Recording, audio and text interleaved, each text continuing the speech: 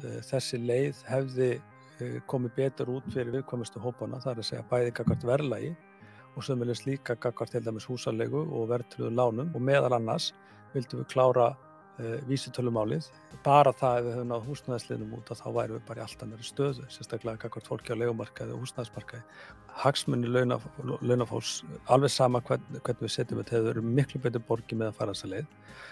Ég og Villi, þegar við vildum leggja þetta fram til miðstjórnar og fá að kynna þessar hugmyndir. Við vildum fá bara að halda, við vorum með glærukynningu, það var allt tilbúið, við vildum fá að koma inn á miðstjórn og kynna þetta og við vildum fá málið í atkvæðagreiðslu og við vorum alveg sáttið við það að tillagan yrði felld á þessum vettvangi, það að segja að það yrði bara tekin lýðræðisleg afstaða til þess.